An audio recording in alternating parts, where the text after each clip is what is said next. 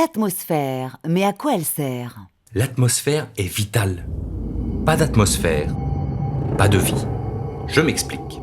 Si la vie est possible sur Terre, c'est parce que la température à sa surface permet la présence d'eau liquide.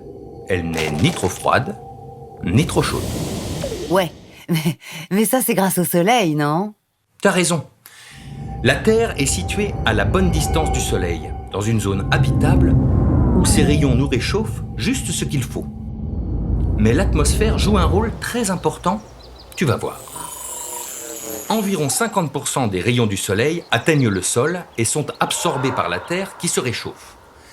Les autres rayons sont soit réfléchis et diffusés par l'atmosphère, soit réfléchis par certaines surfaces de la Terre, comme les grandes étendues de glace par exemple, c'est ce qu'on appelle l'albédo.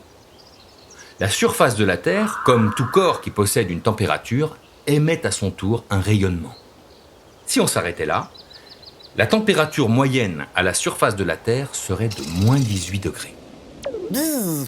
Ah, c'est pas un temps à mettre un chien dehors, hein. Mais heureusement pour nous, l'atmosphère est là.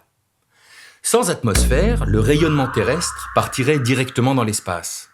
Mais grâce à elle, une grande partie de celui-ci est absorbée avant d'être renvoyée vers le sol, ce qui a pour effet de faire grimper le thermomètre jusqu'à 15 degrés Celsius, la température moyenne de la Terre.